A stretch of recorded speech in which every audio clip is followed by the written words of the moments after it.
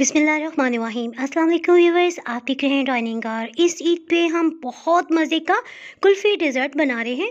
Recipe पसंद आए तो चैनल को सब्सक्राइब कर दें।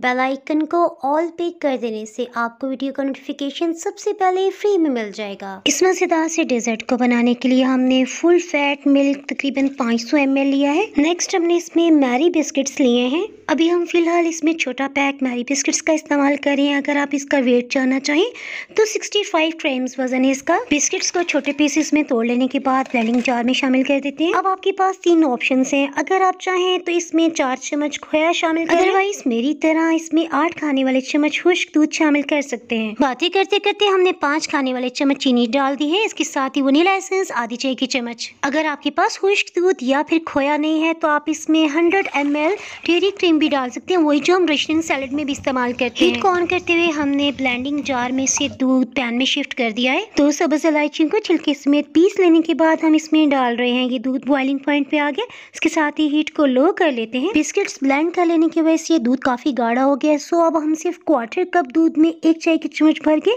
कस्टर्ड पाउडर शामिल कर रहे हैं। बस इसमें ख्याल है कि कस्टर्ड पाउडर को दूध में अच्छी तरह से हल हो जाना चाहिए। आपने अमूमन देखा होगा कि मेरी कस्टर्ड की सभी रेसिपीज में कभी भी लम्स नहीं बने और वो मुनासिब हद तक ही गाढ़े होते हैं जितना हमें चाहिए होता है। सो इसके लिए एक हाथ से हमने कस्टर्ड पाउडर मिले मिक्सचर को डाला और साथ साथ हम लगातार चम्मच चला रहे हैं। इससे बिल्कुल भी लम्स या गुठलियां नहीं बनेंगी। हीट तो बिल्कुल लो ही है ना। 2 मिनट तक हम इसे मजीद पका रहे हैं। उसके बाद हमने हीट को ऑफ कर दिया है। देखिए इस तरह से गाढ़ा हो चुका है। अब इसमें एक एहतियात करनी है। इसके लिए मैं आपको टिप बताती चलूं जो अमूमन मैं अपनी कस्टर्ड की रेसिपीज में देती रहती हूँ कि कस्टर्ड की सतह पे बलाई भी नहीं जमनी चाहिए और इसमें गुठलियां नहीं बननी चाहिए। सो इसके लिए 3 से 4 मिनट के बाद वक्फे से हम चम्मच चला रहे हैं। बादाम को बारीक स्लाइस में कट कर लेने के बाद ये 4 टेबलस्पून बन गए हैं। कुछ हम इस स्टेज पे शामिल कर रहे हैं और कुछ ड्राई फ्रूट्स को हम ट्राइफल को डेकोर करते हुए इस्तेमाल करेंगे। मैरी बिस्किट का एक और हमने 65 ग्राम्स का पैक लिया है। इसे हम मोटा मोटा पीस रहे हैं। बिस्किट्स को पीसने के लिए आप चॉपर मशीन का भी इस्तेमाल कर सकते हैं। पिसे हुए बिस्किट्स को हम सर्विंग प्लेटर में शिफ्ट कर लेते हैं। 1 टीस्पून ग्राइंड किए हुए बिस्किट्स को हम अलग करके रख रहे हैं। पकाया बिस्किट्स को हम इस तरह से लेवल करेंगे कि दरमियान में थोड़े कम हो और किनारों पे थोड़ा ज्यादा,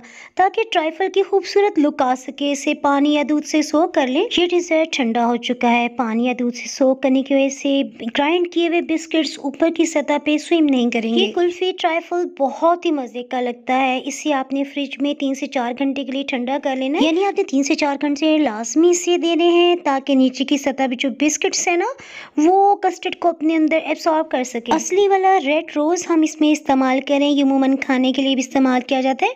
डिजर्ट्स को ये खूबसूरत लुक देता है। 1 टीस्पून हमने जो ग्राइंड किए हुए बिस्किट्स अलग कर लिए थे ना वो, और इसके साथ साथ पिस्ते और बादाम के साथ हमने डेकोर कर दिया है। हसन को ये डिजर्ट बहुत ही पसंद है। बनाते हुए 3 से 4 बार पूछा कुल्फी डिजर्ट बना है कि नहीं। रेसिपी पसंद आए तो लाइक और शेयर करना बिल्कुल भी ना भूलें।